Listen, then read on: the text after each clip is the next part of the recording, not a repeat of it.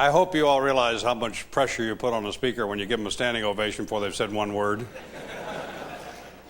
The natural inclination to say thank you very much. This concludes my remarks. Just get out of here. You know, it doesn't get any better than that. Thank you for that wonderful introduction. When I hear an introduction like that, I'm always reminded of what a friend of mine said, having had a similar introduction. He said, I wish my parents were alive today. My father would have been skeptical, but my mother would have believed every word of that. You know,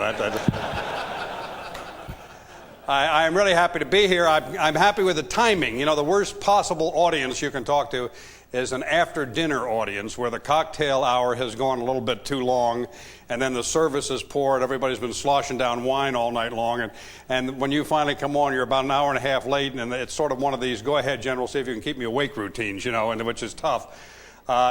Before dinner is almost as bad because, you know, they're all waiting to eat, and as soon as you get done talking, they're going to go ahead and go on out and eat, and so, you know, they're thinking about their meals.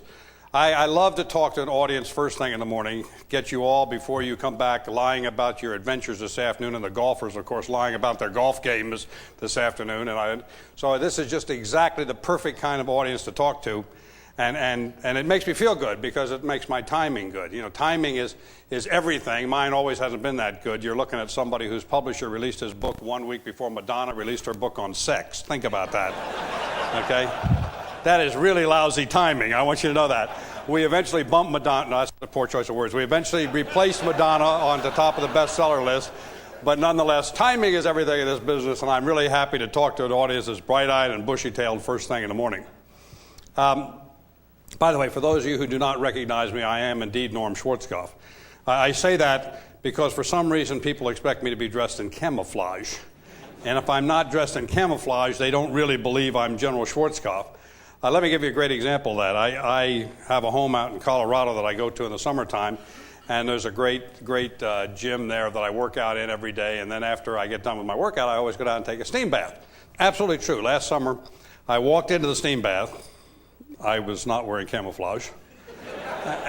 And there was a guy sitting in there, and he looked at me, and he looked at me again. He said, did anybody ever tell you that from a distance you look exactly like General Schwarzkopf? And I thought I'd humor him, and I said, yeah, I've heard that a lot. And he said, yeah, it's only when you get up close that you realize you're not, okay? So I want you all to know I really am General Schwarzkopf, in case there's any doubt in your mind. I want to talk to you today about leadership. And people say to me, you know, you got a lot of nerve, Schwarzkopf, talking to an audience like this about leadership. I mean, look at this wonderful success story that was just up here. You know, you all are here because you are leaders. That's why you're here. They say, how in the world do you get away talking about leadership to an audience like this? I am reminded of a famous football coach, college football coach. They were playing the game of the year. They were playing against their traditional rival, and it was homecoming. It was late in the fourth quarter. They were ahead by only 1 point. The other team had been coming on like gangbusters the whole second half, and worse, they were on their 1-yard line. And then disaster beset them. First-string quarterback, boom, got knocked right out of the game. Didn't make any difference. They had a good, strong second-string quarterback. They put the second-string quarterback into the game, and on the first play, he got knocked out of the ball game. The coach turned around and looked back at his bench, and he had one quarterback left, Johnson. Johnson was a freshman, and therefore Johnson had never played in a college football game in his entire life. Worse yet, because they had two really good, strong quarterbacks, Johnson had hardly ever even been allowed to touch the ball. But he was the only quarterback left, and the coach had to put him in. So he called him up and said, Johnson, I'm going to put you in the game. But I don't want any heroics out there. I'm telling you right now, you do exactly what I tell you to do. Do you understand that? Johnson said, yes, Coach, I do. He said, now look, here's the strategy. It's late in the fourth quarter. We're ahead by 1 point. What we got to do is burn up as much time as we possibly can, you know, with running plays on the ground, and then we'll turn the ball over to the defense, and hopefully the defense can hold and we can win this by 1 point. Now, you understand the strategy? Yes, sir, I do. He said, you better, because I'm telling you, you do exactly what I tell you to do. Johnson said, yes, Coach. He said, now look, on the first play, I want you to give the ball to the fullback. He's got great hands. Send him right into the middle of the line. He's going to run as hard as he possibly can, as long as he possibly can. He's going to burn up as much time as he can, and he's not going to fumble the ball. Do you understand that, Johnson? Johnson said, yes, sir. He said, now on the second play, give the ball to the fullback again. This time, run him off tackle. Once again, he's going to run hard. He won't fumble the football, and he's going to burn up a lot of time. Do you understand that, Johnson? Yes, sir, I do. He said, okay, now on the third play, you're a quarterback. You got great hands. What I want you to do is just take the ball and run around in the backfield. Burn up as much time as you possibly can. Don't step into the end zone where they can tackle you for safety. Just run back and forth and burn up all the time you can.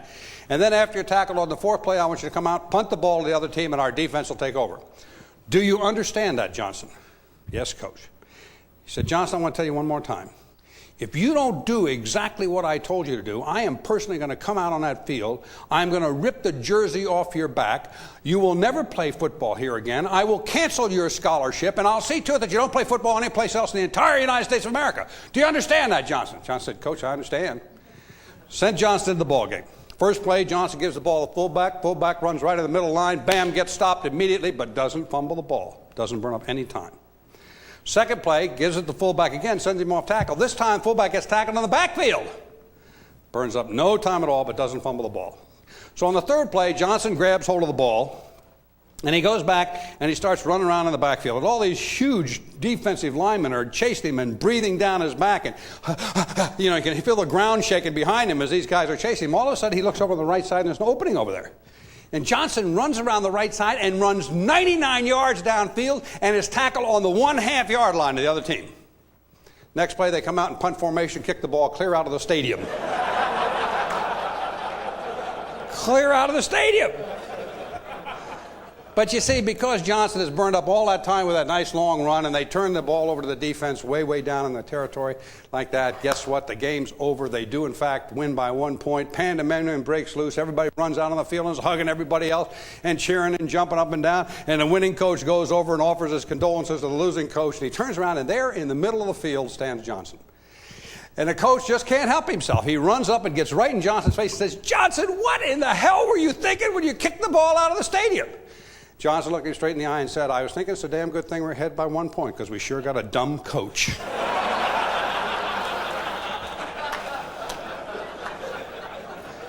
There's a leadership lesson here, okay? There's a leadership lesson here, and it kind of goes like this. You may be successful leaders, but it's entirely possible that you are ahead by only 1 point. And worse yet, you may have some people on your team that think they got a dumb coach. So there's never anything wrong with going back and looking at the topic of leadership, and that's what I want to do today. Now, I'm not going to give you any magic formulas. I'm not going to give you anything scientific or anything like that. I'm just going to give you some basic practical thoughts on leadership that all of us need to go back and think about on an occasional basis.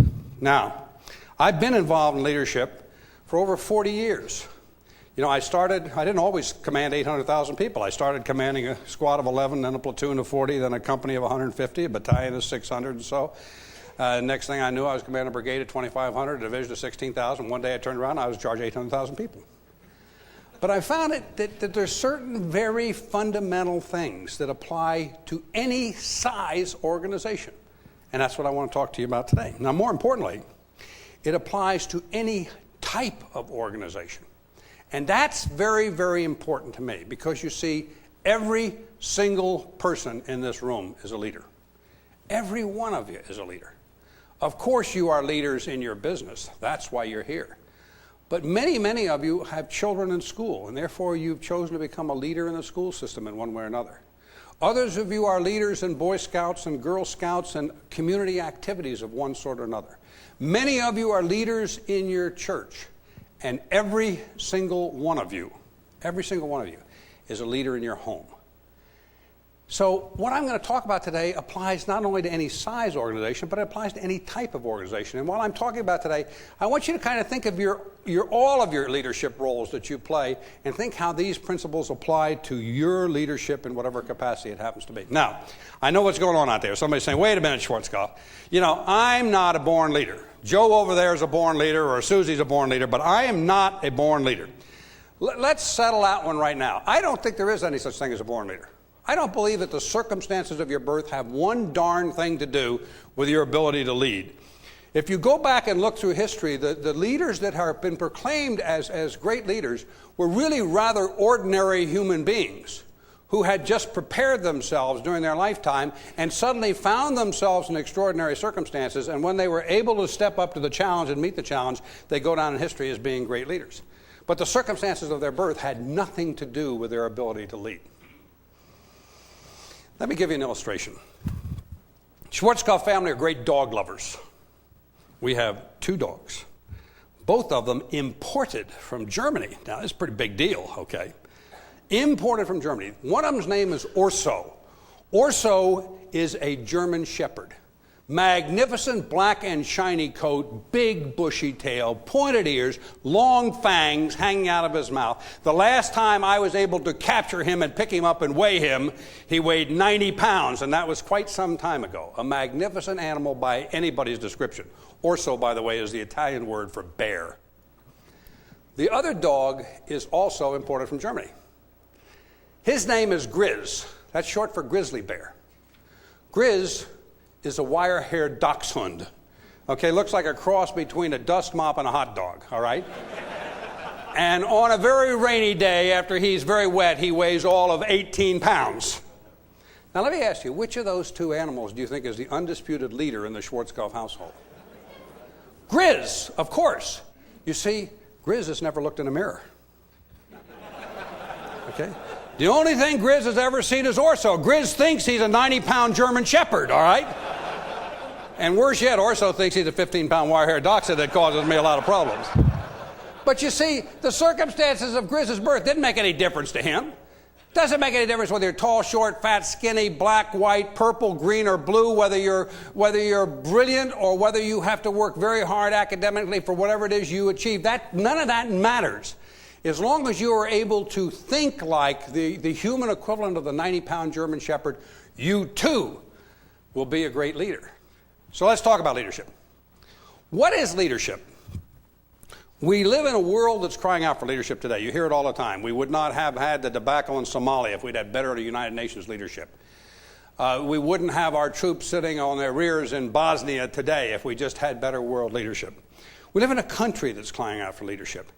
You know, I guarantee you that in the next election, no matter who the candidate is, they are going to claim that they have it, this thing called leadership, and they are going to insist that their opponent does not have it, this thing called leadership. What is it that personifies, a Georgie Patton with his pearl-handled pistols, but at the same time describes the magnificent work of Albert Schweitzer in Africa? What is it that can describe the devotion of a Mother Teresa, the charisma of a Diana, or the iron will of a Margaret Thatcher? I will confess to you that even though I have been involved in leadership for over 40 years, I have never, ever come up with what I consider a satisfactory definition of this thing called leadership. I'm sort of like the Supreme Court Justice was about pornography. Remember when they said, "What's pornography?" He said, "I don't know what it is, but I recognize it when I see it." And that's sort of where I come from in this definition of leadership. But I thought since I was preparing a lecture on leadership, I really ought to come up with a good definition. So I went to Webster's New Collegiate Dictionary. Here it is. This is really heavy stuff, so brace yourself for this, okay? Webster's New Collegiate Dictionary. Leadership, the quality of a leader. That really isn't very helpful. I said, all right, I'll just go look up leader. Here it is, Webster's New Collegiate Dictionary. Leader, something that leads. You get the feeling that the people who write dictionaries have a little bit of trouble with this leadership thing? Fortunately enough, there were some examples in there. Leader, short length of material attached to a fishing lure. That I can identify with, okay? I've been attached to so many fishing lures in my life, that's my single greatest qualification for calling myself a leader. Leader, primary shoot of a plant. Leader, member chosen by his or her party to manage party activities. Let's see, here's another one. Leader, the first or principal performer in a musical group. We're back to Madonna again. Can't escape her no matter what. I like this one. Leader, the principal member of the party elite in a totalitarian state endowed of official ideology with heroic or mystical character and who governs with a minimum of constitutional restraints and extreme national demagogy. Saddam Hussein we're dealing with here, okay? You put this all together and you come to the conclusion that a leader can be a turnip green or a politician. And given the state of affairs in Washington, that may be a somewhat redundant statement. I'm not sure.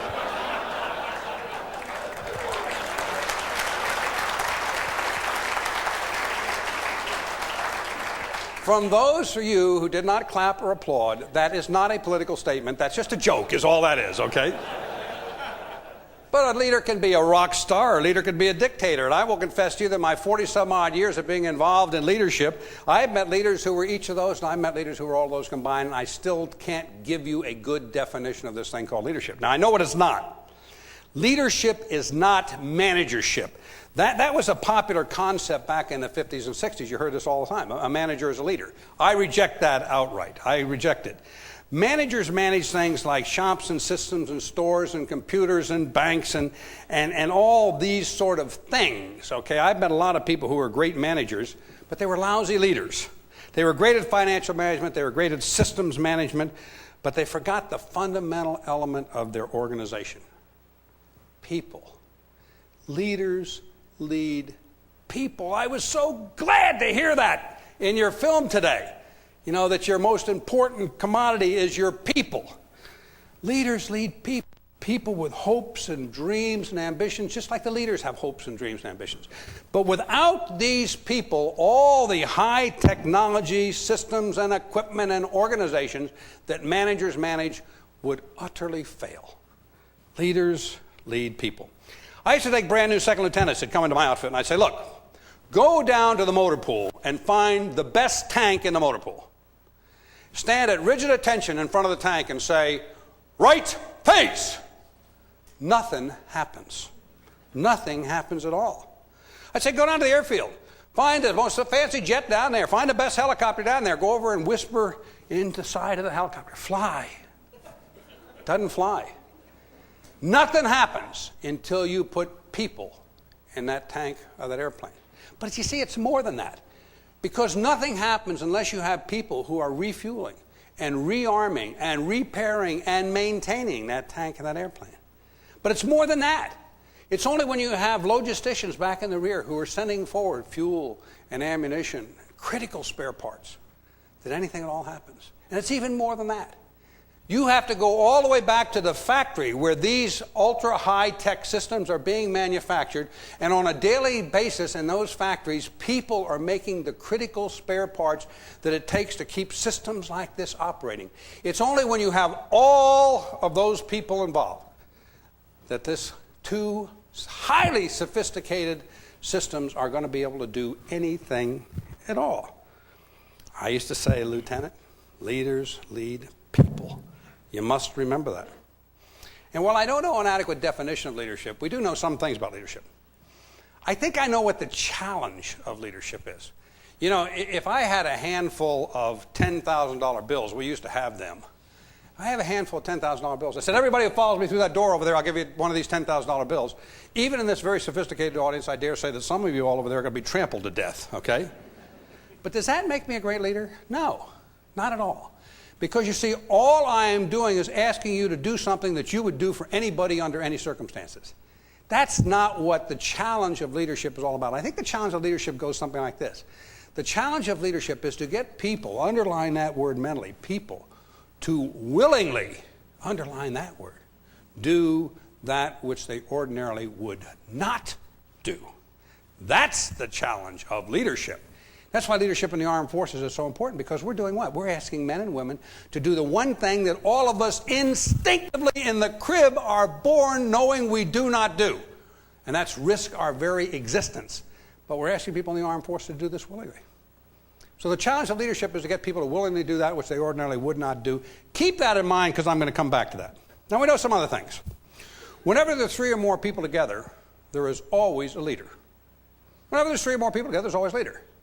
The interesting part about that is it's not always the person who thinks they're the leader who really is a leader. Okay? We have all been in organizations where somebody thought they were in charge, somebody thought they were the leader, and then a crisis occurred, and everybody in the organization turned to someone else for the guidance that they needed in that crisis. Okay, so you're not the leader just because your title is boss. You're not the leader just because you sign a paycheck. You're not the leader just because you have the power. So what does it take to be a leader? Well, it takes competence, first of all. It absolutely must have competence. You know, you can't be a great leader unless you know your job. But I got to tell you, through the years, I have met many, many very competent people who were still terrible leaders. So I think I've come to the conclusion after all these years that the single most important ingredient of this thing called leadership is character. Character, because you see, leadership involves things like sense of duty, a sense of honor, ethics, integrity, indeed even morality. All these things are involved in leadership. Now, I've been challenged on that. Okay, I've been challenged by the skeptics who said, Schwarzkopf, this leadership thing, you know, this character business, it isn't important. Hey, we've had 2 elections where quite literally we had members of the press stand up and say character is not an issue here. We don't talk about character. You know, that's kind of scary. And I go back to these skeptics and I say, you know, go back and look at the leadership failures in this country in the last 100 years. You will find that about 99+% of all the leadership failures in this country in the last 100 years were not failures in competence, they were failures in character. Look at the Wall Street scandals that occurred a few years ago. Here's the most competent financial managers in the entire world. Let something called greed get in the way. Okay, and that happens to be a character failure. We had a president, Nixon, who was literally swept into office by an overwhelming vote because the American population thought he had great competence, and then he was kicked out of office because of his character, because he lied to the American people. Okay, this thing called character is so important. We have learned that over time, any time a true crisis arrives and people must pick the leader from their peers, they always pick their leader based upon the character of their leader. Based upon the character of the leader. You see, they have the competence to do it. What they need is leadership, and leadership is character. There was a recent survey that scares the hell out of me, I will confess. 75% of all the people surveyed say they lie to their bosses on a regular basis. That's kind of overwhelming. But you know what? When they went back and asked them, why do you lie to your bosses? They said, because our bosses are unethical. And therefore, since our bosses act in an unethical manner, it's perfectly all right for us to act in an unethical manner. The ethics of an organization, the moral climate of an organization is established at the top. It is just that simple. And therefore, what do you have to be a leader? Well, you don't have to be loved.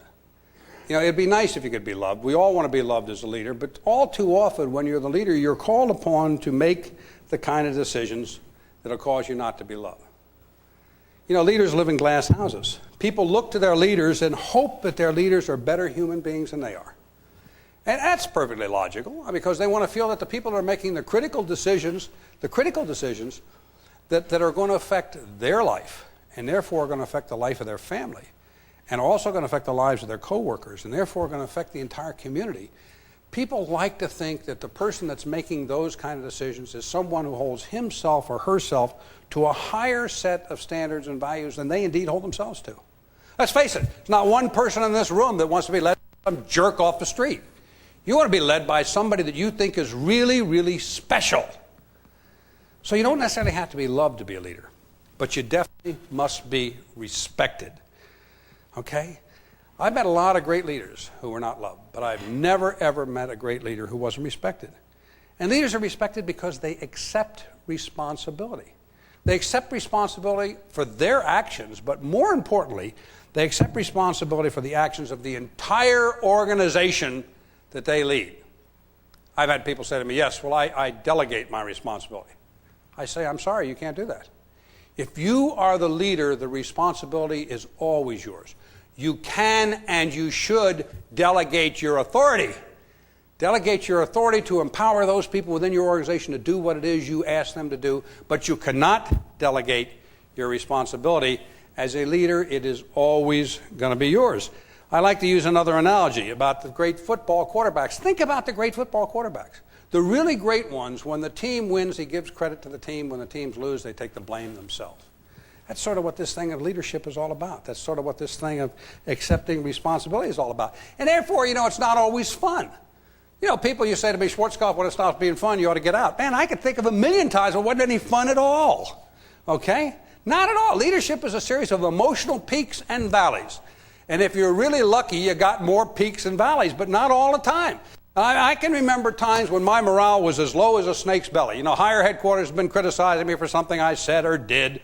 You know, and things weren't coming together in the organization. We weren't accomplishing what we wanted to accomplish. We had people getting hurt on the job. And my morale would be terrible. All of a sudden, out of nowhere comes Rear Rank Rudy. You all know who Rear Rank Rudy is. You know, Rear Rank Rudy is a soldier who has one boot tied one way and the other boot's tied a different way. One trouser leg's in the boot, the other trouser leg's out of the boot. The zipper is either half up or half down, depending upon how you want to look at it. belt buckles over here, neckties over here. You know, looks like your typical Naval Academy graduate is what, you know. And,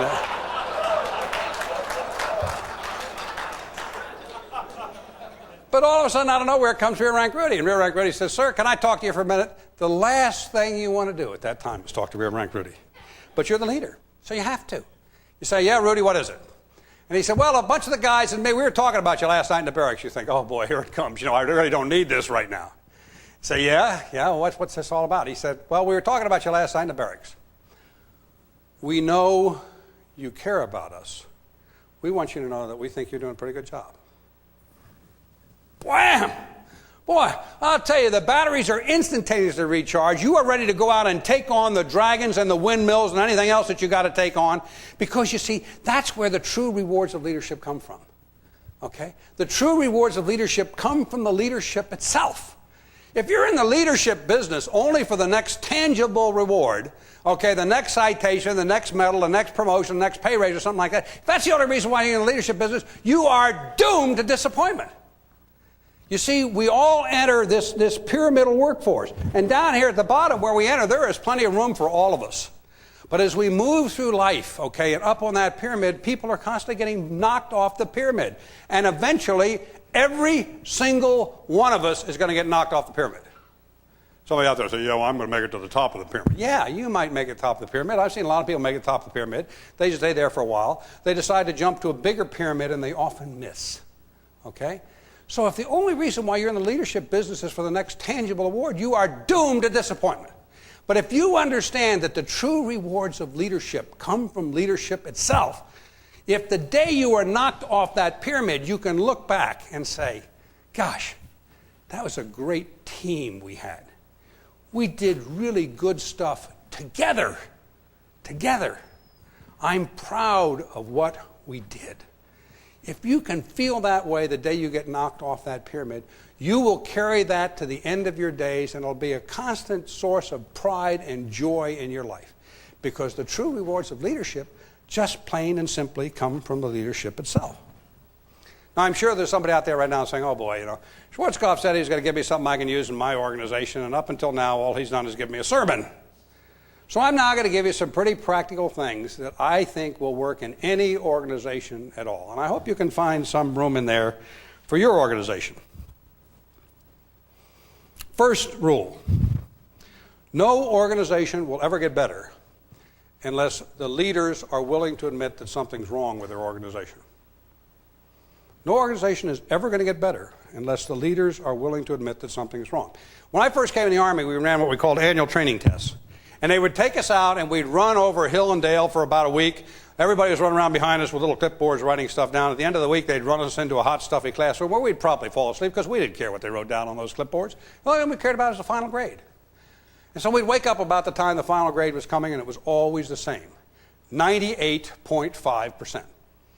Now, even to this young, inexperienced second lieutenant, I knew that outfit wasn't that good. I knew I was that good. As a matter of fact, I was better than that. I knew that. But you know, I knew the outfit wasn't that good. But because we got that grade, we never changed anything. You don't change when you're 98.5% good. So every single year, we went back and we trained on exactly the same subjects we trained on before. Okay, and we allocated our fuel to exactly what we allocated to before. And we allocated our ammunition to exactly what we allocated to before. And we allocated our funds to exactly what we allocated before. And most of all, we made sure we did over and over again those things that we really do well, so that when our bosses came down and looked at us, we looked good, and boy, they thought we were terrific. You don't change when you're 98.5% good. During those days in the 50s and 60s, some Department of Defense organizations adopted a motto, 0 defects. Now, 0 defects is a great motto if you're in the business of manufacturing critical equipment that's going to be used in an operating room in a life-saving circumstance. But 0 defects is the stupidest motto you can ever adopt when you're in an organization like the Department of Defense. It's totally people-dependent. You are going to have defects, whether you like it or not. We went to a place called Vietnam. Guess what? We discovered we had a few defects. So when Vietnam was over, we recognized that our assets were going to dry up completely. Our assets were going to, allocation was going to be meager at best. And those of us that decided to stick around and say, you know, we've got to start doing something different here. We've got to start admitting what's broken out there. And we've got to take these very meager assets we're going to get and apply them to things that are broken rather than just doing the same thing over and over year after year after year. And I'm sure somebody out there say, well, of course you did. That is so logical. Listen, that is a basic philosophical change in the mindset of the United States Army. Up until that time, you're supposed to be can-do Army. Schwarzkopf, can your outfit do this? Can do, sir. Can your outfit do that? Can do, sir. Can your outfit leap over the Empire State Building single bound? Can do, sir. Is your outfit more powerful than locomotive? Can do, sir. I mean, you never said can't do. Matter of fact, if you said can't do, they'd say, get rid of that bum. We don't want him around here who doesn't have a can-do attitude. But now you see, we are suddenly asking our leaders to say, can't do. I expect to go down to a battalion that's training out in the field. And I say to the battalion commander, what are you doing today? He says, sir, we're doing D. And I say, why are you doing D? And he said, because we went to the National Training Center 6 months ago, and I found out this outfit is very good at A, B, and C, but they are terrible at D, and therefore I am training them on D. And you look out, and sure enough, they look terrible out there, and you're glad. And you go right next door to exactly the same kind of battalion, and they're doing X, Y, Z. You say to the commander, why in the world are you doing X, Y, Z? The guy over there is doing D. He said, hey, we can do D fine. And we can do A through W fine. I just found out that we're not very good at X, Y, Z, and we're out here doing X, Y, Z, and sure enough, they look terrible, and you are happy about it. Okay? Now, it may not seem like much, but that single philosophy made the difference between the quality of the army that we sent to Vietnam and the magnificent army we sent over to Desert Storm. Just that little thing alone was the principal thing that made a difference. Organizations will never get better unless the leadership is willing to admit that something is wrong. Now, there's a corollary to that. You all remember that before the Gulf War, Saddam Hussein in Iraq fought an 8-year war against Iran. At the end of 6 years, they were broke. You know, Iraq is the second largest oil producer second largest oil producer in the Gulf. If they applied the revenues from their oil sales to the standard of living of their people, they'd have one of the highest standard of living in the world. But instead, they had spent all of their money on acquiring arms and ammunition and the weapons that you're hearing about today and all that sort of business. And by the end of 6 years, they were flat broke. They had borrowed from all over the Gulf, which was one of the causes eventually of the Gulf War. And Saddam Hussein recognized the problem this was going to cause within his country. So he called in a group of his closest friends and advisors. And he explained the situation to them and said, look, I want a brainstorming session here. I want you to be open with me, and we got to come up with a solution. So does anybody have any ideas? One of his closest friends raised his hand and said, Mr. President, you are so closely identified in the eyes of the Iranians with this war that it's hard to believe we will be able to negotiate a settlement so long as you're president. So why don't you step aside as president for 6 months? We will negotiate a settlement with the Iranians. At the end of 6 months, we'll make you president again. Saddam Hussein went over and grabbed his friend, took him through the door, and shot him dead. Came back into the room and said, okay, now does anybody else have a good idea here, okay? We laugh. Tragically, that is a true story, by the way. But we laugh, but every single one of us has been in an organization where the leadership has said, okay, I really value what you have to say. I want you to speak up and tell me what's troubling you. And the first person that says something negative, bang, we shoot the messenger, okay? Organizations will only get better if leaders are willing to admit what is wrong. And you must have a climate within your organization where people are allowed to say that something's wrong. Okay, that's point number one. What do we do then? Leaders set goals for their organization.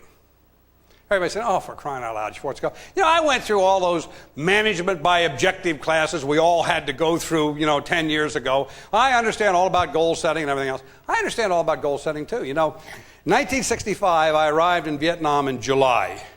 Landed at Tan Son Nhut Airport. It was hotter than 400 hells, and they immediately rushed us in to a small tin Quonset hut because the day before the VC had blown up the airport.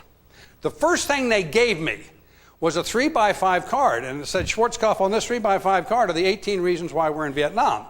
Anytime you want to know why we're in Vietnam, take this card out, read these 18 reasons, and here it is. I took the card out. I didn't understand half of what was on the card. But I was also told, oh, by the way, wherever you go, you must carry that card in your right rear pocket because senior officers can challenge you at any time on why you are in Vietnam, and you should be able to pull this card out and you can tell them why it is you're in Vietnam. And of course, it also applied to members of the press and foreigners or anybody else who asked you why you're in Vietnam. Think of how stupid that is. I mean, really, think of how stupid that is. You know, 2 weeks later, I was lying face down on a rice paddy. Machine gun bullets were screaming over my head. I wasn't sure I was going to be alive 5 months later. I'm supposed to take out this card and find out what the hell I'm doing here? I mean, really, that's exactly where that card belonged, right back here, okay? You know, goals are only meaningful, number one, if everyone in the organization understands the goals.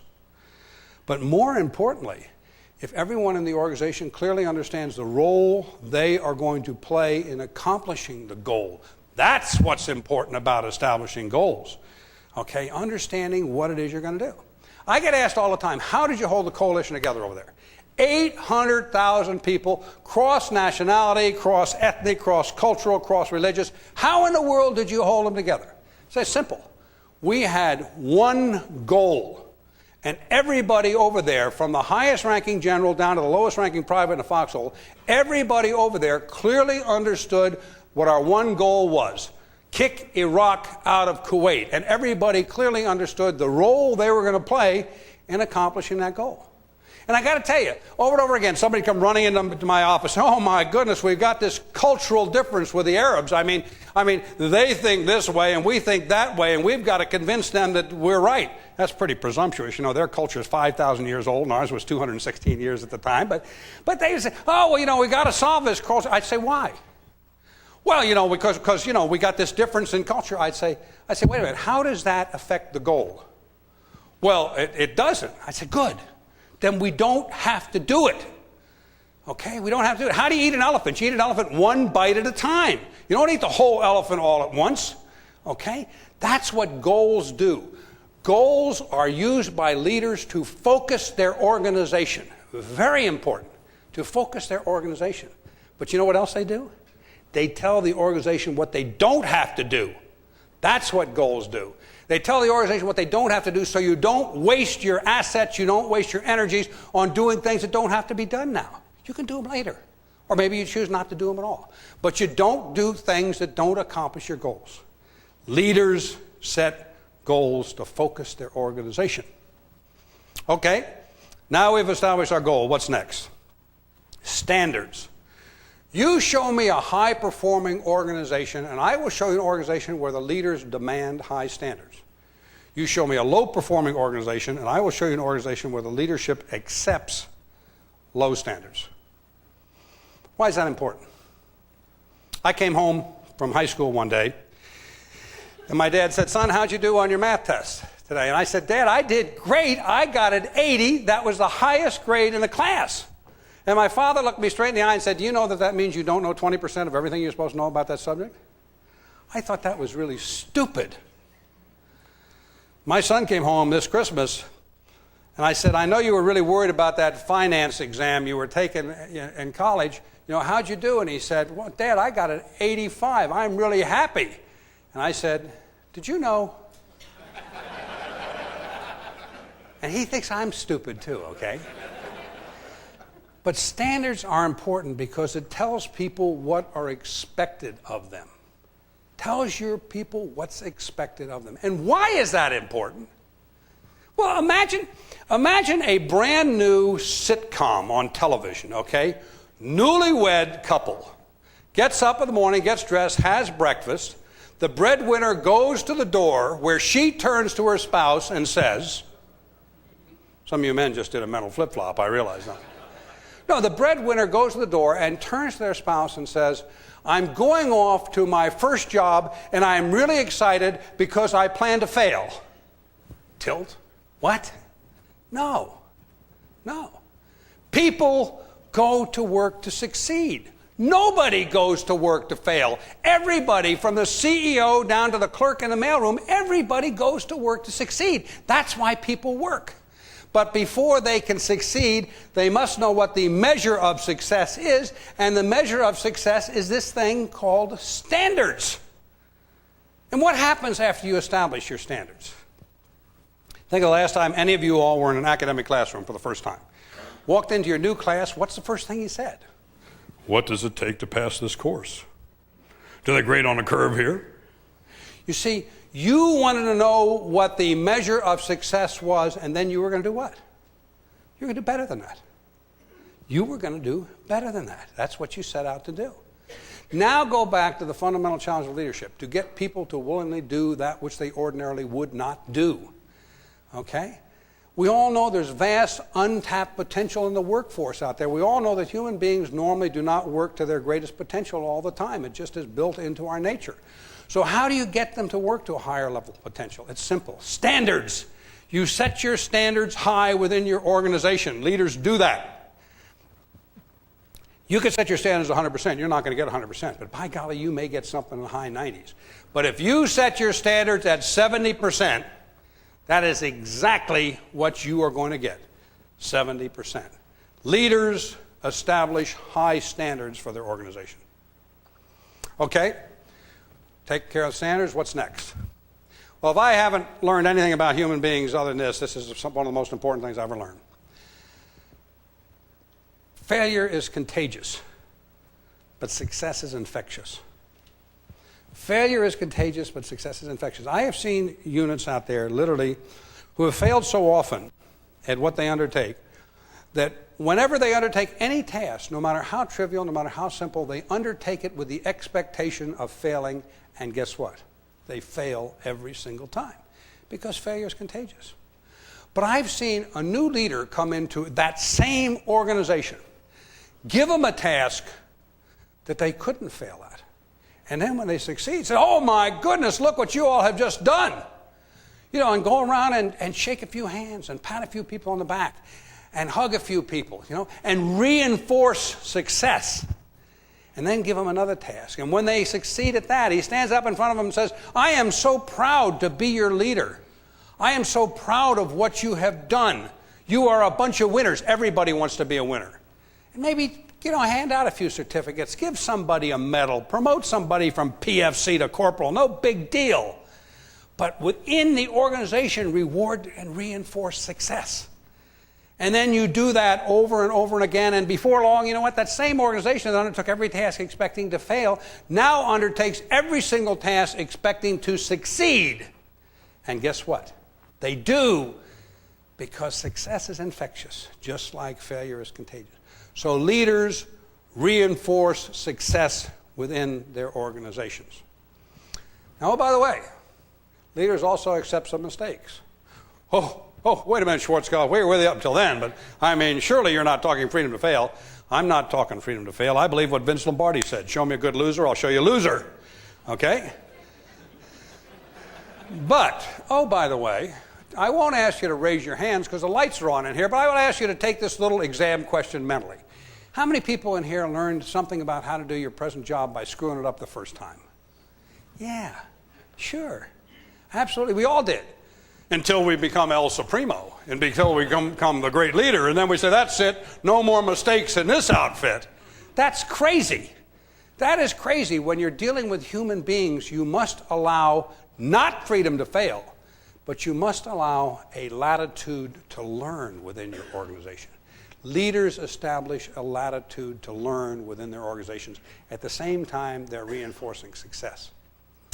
Okay, one last point. Every great leader I've ever known has something in common with every other great leader. Every lousy leader has something in common with every lousy leader. It kind of goes like this. Good leaders don't tell people how to do their job. Good leaders don't tell people how to do their job. Don't get me wrong. They tell people what to do. They allocate resources. They establish standards. They discuss concepts. They talk timelines, and they talk expectations. They do all of that. But they don't tell people how to do their job. I think for two reasons. Number one, if they got a half a brain, they understand they don't know how to do every job in the organization better than everybody else. That's why you got all these other people in your organization. But more importantly, I think they understand that old geometry theorem. You know, the whole is a sum of the parts. Okay? They understand what I choose to call the synergy of individual initiative. They understand that if you go ahead and challenge people to do what they know how to do best, and you give them the authority, and you give them the resources to go out and do what they know to do best. And if that's happening throughout your entire organization, when all of the pieces of your task come together, it's going to exceed anything you ever imagined possible in your life, because you allow this synergy of individual initiative to take place. Great leaders do not tell people how to do their job. Now, what about lousy leaders? Well, lousy leaders are so lacking in confidence in themselves, they don't have any confidence in anyone within their organization. So they don't allow anybody in their organization to make any decisions at all. But because they have no confidence, they don't make them either. And the whole organization sits out there awaiting guidance, awaiting instructions, awaiting direction, and when it doesn't come, one of two things happens. Number one, the organization stagnates, or worse yet, the organization starts pulling itself apart in 20 different directions. Okay? Great leaders don't tell people how to do their job. Now, if you put all those points together, comes up to something like leaders admit what's wrong, leaders establish goals for their organization, leaders establish high standards, leaders reward success, leaders establish a latitude to learn, and leaders don't tell people how to do their job. They power down within their organization. Now forget everything I told you. Now just forget it all. Because I am now going to give you the two roles to 21st century leadership. And all you got to do is remember these two rules, and you will be a great leader in the 21st century. I was a brand new Major General. I'd just been promoted to Major General. That was the good news. The bad news was I got assigned back to the Pentagon. Walked into the Pentagon, and they made me the number 2 man in charge of personnel for the United States Army, Active Reserve, and National Guard, about 4.5 million people at the time. I'd been in my job 1 week, and I came walking to the Pentagon. My boss comes walking out of his office with a suitcase, and he says, Schwarzkopf, I'm heading for Germany. I'm going to visit the troops over in Europe, and then after I visit the troops in Europe, I'm going to swing over to the Far East, and I'll visit the troops in the Far East, and I'll be back in about a month. And he picked up his bag and walked out the door, headed down the hall of the Pentagon, and I absolutely panicked. I ran out the door behind. I said, wait a minute. I have been here 1 week, for crying out loud. What am I supposed to do if the Chief of Staff of the Army calls, or the Secretary of the Army, or the Secretary of Defense, or some dumb politician from over there on the hill calls? What am I supposed to do? And he looked me straight in the eye and he said, Rule 13. I said, yes, sir, Rule 13. Do you mind telling me what Rule 13 is? And he said, sure, Rule 13. When placed in command, take charge. When placed in command, take charge.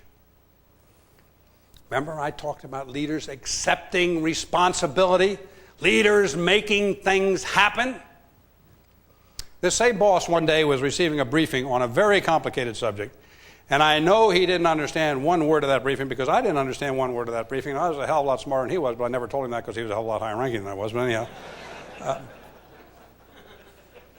But to my amazement, at the end of the briefing, he made a decision and sent this decision out to be implemented throughout the entire United States Army. So when everybody left the room, I said to him, I know you didn't know anything about that subject before they came in here. And I know you didn't understand that briefing. How could you possibly have made a decision? He said, Norm, you know what? I may have made the wrong decision just now. Doesn't make any difference. Doesn't make any difference. He says that problem has been in the Pentagon for 6 years. For 6 years, nobody has understood that problem well enough to make any kind of decision at all. He said, I may have just made the wrong decision. It doesn't make any difference. Because what I've done is I've moved this problem out to this great army of ours where there are thousands of individuals who, even if I have made the wrong decision, will turn it around and make it the right decision, and we'll be well on our way to solving this problem. But if I had not made a decision today, 1 year from now, we'd be visiting the same problem right here in the Pentagon. It would have been in the Pentagon for 7 years, and we'd be no further along in the solution of this problem than we are today. Rule 13. When placed in command, take charge. Do something. Just do something. Grab the responsibility and do something, and it really doesn't make any difference what it is you do. Take charge. I said, okay, man, I'm getting ready. I'm going to take charge. And he picked up his bag and he started to walk down the hall, and I walked behind him and I said, but could you give me a little bit of guidance? What should I do about the recruiting program, and what should I do about the enlistment program? What should I do about the re-enlistment program? What should I do about the promotion program? And what should I do about the Women in the Army study? And what should I do about the Equal Opportunity study? And what should I do about human relations? And he turned around to me and he said, Rule 14. I said, yes, sir. And he said, Schwarzkopf, do what's right. do what's right. Notice he didn't say, do what you think the Chief of Staff of the Army wants you to do. He certainly didn't say, do what you think I'd want you to do. He very definitely did not say, do what makes you look good. No. He said, do what's right. And you see, now we've come full circle right back to this character business again. Because you know what? When the truly tough decisions have to be made, we normally know right here what the right thing to do is. The tough part is doing it. And especially when no one's there. When no one's there to grade your paper. When no one's there to say, he really knew what the right thing to do was, but he went ahead and did the wrong thing anyhow. When you can get away with doing the wrong thing. That's when this thing called character becomes so important. Rule 14, do what's right. That brings us full circle because it brings us back to the Gulf. At the end of the Gulf War, Barry McCaffrey, who's now the drug czar up in Washington, he was one of my division commanders. He said, you know, if we'd had their weapons, they'd had ours, we still would have won. We still would have won because we knew our cause was just. All of our troops knew we were doing the right thing. We knew we were doing the right thing because from all over the world we were receiving tons of mail from people just like you who wrote us and said, we support you, you're doing what's right. Okay, I don't know if you know it, but right before we kicked off the offensive, we were receiving 4 tons of mail a day. That's 28 football fields piled 6 foot high with mail every single day. Tell us we were doing what was right. Since I have been back to the States, the one thing I hear probably more than anything else is people come up and say, thank you, General Schwarzkopf, for restoring my faith in my country. I say, wait a minute. It wasn't General Schwarzkopf that restored your faith in your country. It was 541,000 magnificent American men and women who were ripped on short notice from the breast of their family. They were sent halfway around the world to the most inhospitable environment that you can imagine, where they had to put up with the heat and the insects of the desert during the day and the cold and the damp of the desert at night, and they had to go to sleep dreaming dreams that nobody should ever have to dream. And they had to face death, and some of them indeed gave their lives. That's who restored our faith in our country, and we should never forget that. Okay, we should never forget that. More importantly, we should never forget why they did it. Why did they do it? Why did they do it? They did it simply because their country asked them to, and therefore they thought it was the right thing to do. That's why they did it. But you know what I want to ask these people? I want to say, why in the world did you ever lose faith in your country? Why in the world did you ever lose faith in the United States of America? You know, I've had a great life. I've traveled and lived extensively, okay, in 48 different countries in this world. And I hope you clearly understand, with all of our warts and all of our problems and this sort of thing, the United States of America is the greatest nation on the face of this earth, bar none. Bar none. You know, our friends tell us that regularly. Our enemies tell us that grudgingly, and our former enemies are doing what? They're all trying to be like us. I mean, look what's going on over there in the former Soviet Union. They're all trying to be like America. And yet, for some reason, in our own country, we have people constantly telling us how bad we are. Constantly telling us how bad we are. The day I left Saudi Arabia, my counterpart said something that I will never forget. He was admittedly anti-American. But he said, you know, if the world is only going to have one superpower, thank God it's the United States of America. Stop and think about that. Stop and think about the nations that could have emerged as the world's only superpower during our lifetime. Hitler's Germany, Tojo's Japan, Mao's China, Stalin's Russia. Any one of those countries could have very easily emerged as the world's only superpower. And think of the darkness that would have descended across this earth if that had happened. But they didn't, and we did. That places an awesome responsibility on our shoulders. Awesome responsibility on our shoulders. Because it places an awesome responsibility vis-a-vis our role in the world today. But I think far more importantly, it places an awesome responsibility on us as to what kind of a nation we are going to be unto ourselves. And once again, doomsday prophets and the naysayers are crawl out from under their flat rocks. The American people can't handle it. American people can't handle a leadership role. American people aren't tough enough. They point to gridlock in Washington, D.C. They point to riots in the streets of California. They point to crime in Chicago. They say, this is what America's all about. America isn't tough enough to assume a leadership role. I don't buy that for one moment. I don't believe that for 1 second. America is not gridlock in Washington, D.C. America is not crime in the streets of L.A. America's not riots in Chicago or any place else. That's not what America's all about. America is hundreds of thousands of villages and towns all over this country, loaded with people that still have all the same beliefs, all the same ethics, all the same value systems that have always made America great. That's what America is all about. If we're the world's only remaining superpower, so be it. All we got to do is remember two things: Rule 13 and Rule 14.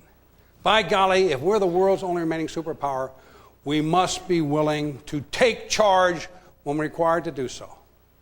But more importantly than anything else, we must always, always do what's right. And none of us will ever again have any reason to lose faith in this great nation called the United States of America.